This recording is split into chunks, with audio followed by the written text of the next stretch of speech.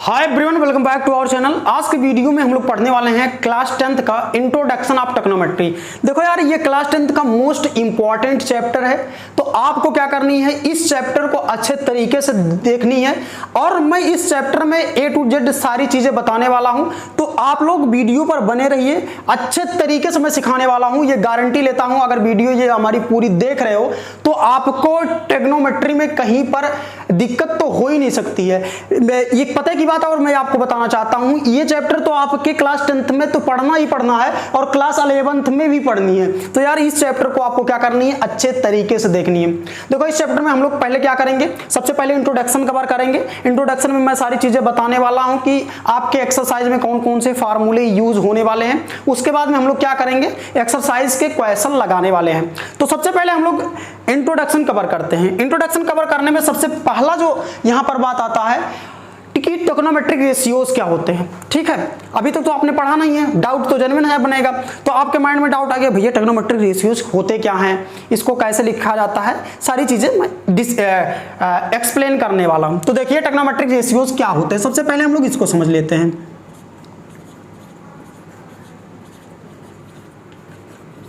Trigonometric ratios, ठीक, trigonometric ratios क्या होता है।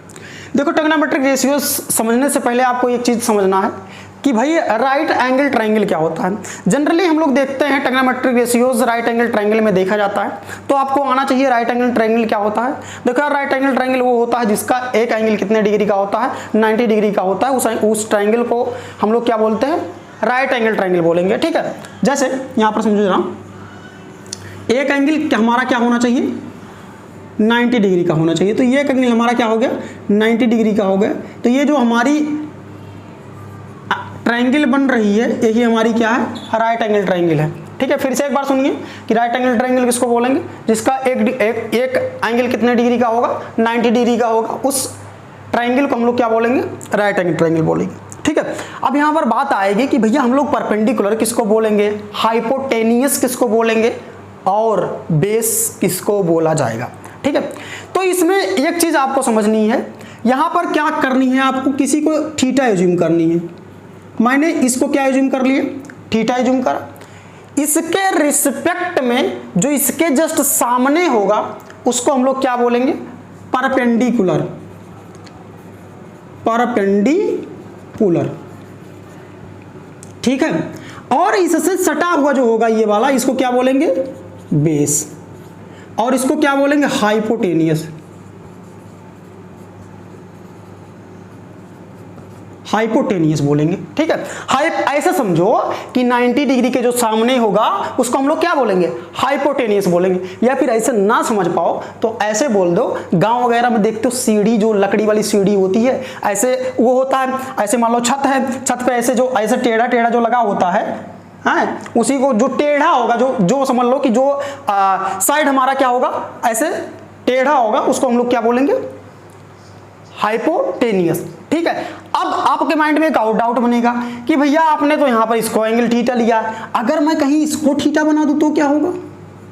हम कहेंगे ठीक है भैया कोई दिक्कत नहीं, बना दो थीटा।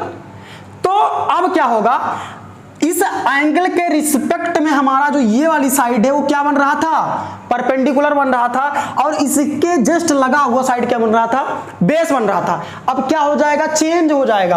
अब एंगल हमने इसको थीटा लिया है तो इसके रिस्पेक्ट, इसके जस्ट सामने वाला क्या होगा, परपेंडिकुलर होगा, और इससे लगा हुआ क्या होगा, बेस होगा। ठीक है, ये बातें आपको समझ में आ गई होंगी। अब देखिए जरा, ट्रिग्नोमेट्रिक रेशियोज कितने होते हैं, 6 होते हैं। ठीक है, पहला आपका क्या होता है, साइन। और यहां पर हमने क्या लिया है, थीटा लिया है, तो हमने इसको थीटा। तो साइन थीटा इक्वल टू होता है आपका परपेंडिकुलर बाई हाइपोटेनियस। तो हम इसको ऐसे लिख दे, P बाई H लिख दे। कोई दिक्कत किसी को, कहोगे नहीं भैया कोई दिक्कत नहीं है। अगला कॉस थीटा, भैया हमने थीटा इसी को एज्यूम करा है, थीटा। कॉस थीटा क्या होगा, बेस अपान क्या होता है, हाइपोटेनियस, B बाई H लिख देते हैं। अब क्या आएगा, tan थीटा आएगा 6। मैंने क्या बताया, बोलो भाई, मैंने क्या बताया कि जो ट्रिग्नोमेट्रिक रेशियोज होते हैं हमारे कितने होते हैं, 6 होते हैं। पहला क्या हो गया, साइन थीटा हो गया, दूसरा क्या हो गया, कॉस थीटा हो गया, तीसरा क्या हो गया, टैन थीटा हो गया। टैन थीटा को लिखा जाता है sine theta upon cos theta, और ये होता है हमारा P by B, perpendicular by base. अब अगला टैन थीटा के बाद आता है कोट थीटा। कोट थीटा हमारा होता है 1 अपान, बोलो भाई, टैन थीटा, या फिर इसको हम लोग क्या बोलेंगे, cos theta upon sine theta. तो ये हमारा क्या हो जाएगा, इसका जस्ट अपोजिट कर दो तो क्या हो जाएगा, B by P. I hope ये सारी चीजें आपको समझ में आ रही होंगी। अब बचा कितना, मैंने कितना लिख दिया भैया, चार तो लिख ही दिया है। अब बचा कितना, 2 बचा है। तो क्या हो गया, सेक थीटा, और सेक थीटा होता है क्या भाई, 1 अपान कास थीटा। 1 अपान कास थीटा मतलब क्या, इसका जस्ट अपोजिट। तो इसका जस्ट अपोजिट क्या हो जाएगा, एच अपान बी। अब बचा क्या, अब बचा हमारा कोसेक थीटा। तो कोसेक थीटा हो जाएगा, कोसेक थीटा हो जाएगा हमारा 1 अपान साइन थीटा। तो भैया इसका अपोजिट क्या हो जाएगा, एच अपान पी। तो हमने देखा कि ट्रिग्नोमेट्रिक रेशियोज 6 होते हैं। पहला क्या हो गया, साइन थीटा हो गया, दूसरा क्या हो गया, कास थीटा हो गया, तीसरा क्या हो गया, टैन थीटा हो गया, चौथा क्या हो गया, कॉट थीटा हो गया, पांचवा क्या हो गया, सेक थीटा हो गया, छठा हमारा क्या हो गया, कोसेक थीटा हो गया। तो ये हमारे 6 ट्रिग्नोमेट्रिक रेशियोज हो गए। और कोई पूछे साइन थीटा इक्वल टू होता क्या भाई मेरे, तो आप क्या बताओगे, उसका फॉर्मूला क्या होता है, perpendicular by hypotenuse. Cos theta equal to क्या होता है, base upon hypotenuse. Tan theta equal to क्या होता है, परपेंडिकुलर बाई बेस। और कॉट थीटा इक्वल टू क्या होता है, base upon perpendicular. Sec theta क्या होता है, hypotenuse upon base. Cosec theta equal to क्या होता है,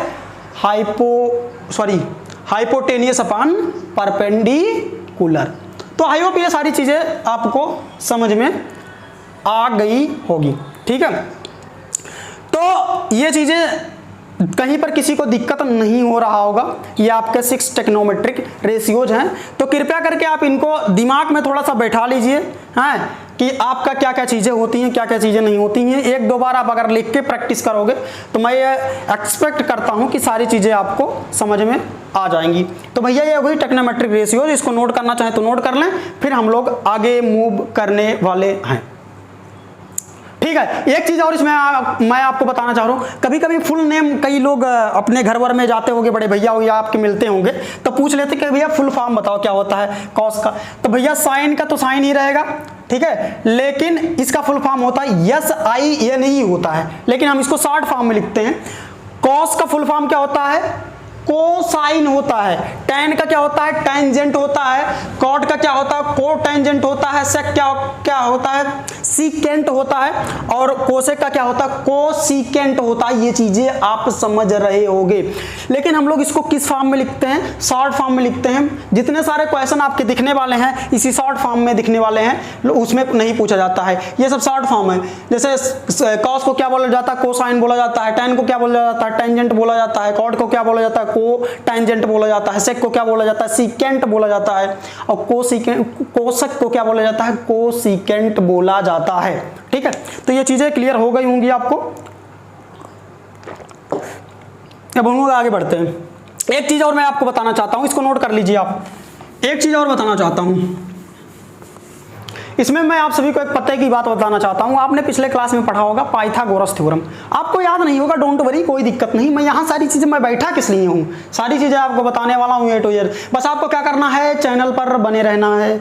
तो सबसे पहले हम लोग समझ लेते हैं पाइथा, क्योंकि भाई देखो जो चीजें मैं यहाँ बताने वाला हूँ तुम्हारे सारे एक्सरसाइज में यूज होने वाला है। फिर बाद में ये नहीं कहना कि भैया आपने बताया नहीं था, ठीक है। तो मैं जो चीजें बता रहा हूं इसका प्रॉपर वे में आप एक नोट्स बना लो अच्छे तरीके से, ठीक है, और नोट्स को बार बार रिवाइज करते रहो। इससे ज्यादा क्वेश्चन तुम्हारे बोर्ड में कभी पूछ ही नहीं सकता है, ठीक है। तो हम लोग समझ लेते हैं पाइथागोरस थ्योरम क्या होता है। पाइथागोरस थ्योरम है, ठीक है भाई। अब भैया कहोगे कि भैया पाइथागोरस थ्योरम तो पढ़े थे 8th में, भूल गया है, थोड़ा सा याद रखा दीजिए। तो मैं कहूँगा चलो कोई दिक्कत नहीं है, अब कहानी के पीछे नहीं ले चलूँगा, ठीक है, यहाँ खाली उतना समझा दूंगा, फार्मूला वगैरह बता दूंगा बस। अब कहानी किसी दिन इस पाइथागोरस पे चर्चा जब होगी तो उसमें मैं सारी चीज़ें बताने वाला हूँ कि पाइथागोरस थ्योरम कैसे कैसे क्या चीज़ें खोज हुई, क्या सारी चीज़ें हुई, तो वो सब मैं एक सेपरेट वीडियो बताने वाला हूँ जिसमें आपको बहुत मज़ा आने वाला है ये पाइथागोरस थ्योरम। बशर्ते क्या करना है यहाँ पर, बस थोड़ा सा समझ लेना भाई मेरे। अब यहाँ पर तो आप समझ ही गए हो कि भैया बेस किसको बोलेंगे, परपेंडिकुलर किसको बोलेंगे, हाइपोटेनियस किसको बोलेंगे, ये तो क्लियर हो गई होगी ना। चलो अब पाइथागोरस भैया एक साइंटिस्ट थे, उन्होंने एक थ्योरम दिया था। क्या थ्योरम दिया था इतना समझो खाली। थ्योरम उन्होंने क्या दिया कि जो हमारा हाइपोटेनियस का स्क्वायर होगा वो बेस के स्क्वायर प्लस परपेंडिकुलर के स्क्वायर के क्या होगा, बराबर होगा। फिर से सुनो एक बार कि पाइथागोरस एक साइंटिस्ट थे, उन्होंने राइट एंगल ट्रायंगल में एक थ्योरम दिया। वो थ्योरम क्या है कि हाइपोटेनियस का स्क्वायर बेस के स्क्वायर प्लस परपेंडिकुलर के स्क्वायर के बराबर होगा। तो भैया ये लो, ये हमारा पाइथागोरस थ्योरम बन के आ गया। अब सुनो जरा ध्यान से। अब कहोगे भैया ये पाइथागोरस थ्योरम यूज कहाँ होने वाला है, आपने तो बता दिया, अब इसका एक एप्लीकेशन बता दो, यूज कहाँ होगा। मैंने तो भैया पढ़ लिया ना आप, तो कहोगे यूज कहाँ होने वाला, तो मैं कहूँगा चलो ठीक है कोई दिक्कत नहीं है, बताता हूँ इसका यूज कहाँ होने वाला है। अब समझो जरा, मान लो कि भैया ये दोनों साइड गिवन है आपके, ये दोनों साइड गिवन है और तीसरी साइड पूछे तो निकाल पाओ कि नहीं। मान लो ये बेस तुम्हारा कितना दिया, 4 दिया है, ये कितना दिया है, 3 दिया है, पूछा कि भैया तुम परपेंडिकुलर निकाल के बताओ, कहोगे ठीक है कोई दिक्कत नहीं भैया, आपने हमको एक फार्मूला बताया था। वो फार्मूला क्या था, पाइथागोरस थ्योरम वाला फार्मूला था। वो फार्मूला यही था कि hypotenuse square equal to perpendicular square plus base square. अगर हमको बेस और परपेंडिकुलर पता है तो हाइपोटेनियस हम क्या करेंगे, निकाल लेंगे। तो उसी पे यूज करके हम लोग हाइपोटेनियस निकाल सकते हैं। तो हाइपोटेनियस हमको निकालना है भैया, बेस हमारा कितना दिया है, 4 दिया है, तो 4 का स्क्वायर कर लिए, और हमारा परपेंडिकुलर कितना दिया है, 3 का स्क्वायर दिया है। हाँ तो इसको कर लो भैया, स्क्वायर आता है ना, हाँ आता होगा, स्क्वायर पढ़े होगे पिछले क्लास में आप। तो 4 का स्क्वायर कितना, 16 प्लस 3 का स्क्वायर 9, ये चीज एस स्क्वायर इक्वल टू कितना 25। अभी क्या निकला है, देखो लड़के गलती कहाँ करते हैं, ऐसे इसका वैल्यू रख देंगे, लेकिन भैया ये स्क्वायर का वैल्यू निकला, हमको ये की वैल्यू चाहिए, हाइपोटेनियस की वैल्यू चाहिए। तो ये चीज इक्वल टू ये किस में हो जाएगा भाई मेरे, रूट में हो जाएगा। तो ये चीज इक्वल टू कितना आ जाएगा 5। तो हाइपोटेनियस हमारा कितना निकल गया, 5 निकल गया। तो आई होप ये चीज़ें समझ में आ गई होंगी कि ये पाइथागोरस थ्योरम का यूज कहाँ होने वाला है। ठीक है, अब इससे देखो 2 फार्मूले और इससे हम लोग बना सकते हैं। देखो जरा यहाँ पर, अगर हमको बेस निकालना रहे तो क्या करेंगे, है बेस निकालना। आप कहोगे चुप कैसे कहोगे भैया बेस निकालना है ना, तो हम कहेंगे इसे इसको ही पड़ा रहने दो और इसको भेजो इधर। तो भेजो इधर तो क्या हो जाएगी, ये चीज स्क्वायर माइनस ई स्क्वायर बन गया अगला फार्मूला। अगला देखो, थोड़ा ये करते हैं, इसको निकालना है, इसको भेजो उधर पकड़ के, टांग पकड़ के खींचो। तो पी स्क्वायर इक्वल टू क्या हो गया, H square minus B square. ठीक है, ये हमारी होगी। भैया हमारे बात का बुरा मत मानिएगा आप लोग, ठीक है, बीच बीच में कुछ चीज़ें हैं वो निकल जाती हैं, तो आप हमारे बातों का बुरा नहीं मानेंगे। ठीक है, तो ये चीज़ें आपको समझ में आ गई होंगी, तो इसको नोट कर लीजिए, फिर आगे चलेंगे। अब सुन लो जरा ध्यान से, इन दोनों कॉन्सेप्ट के अलावा आपके फर्स्ट एक्सरसाइज में कुछ नहीं पूछा जाने वाला है। अब हम लोग डायरेक्ट करने क्या वाले हैं, एक्सरसाइज के क्वेश्चन करने वाले हैं।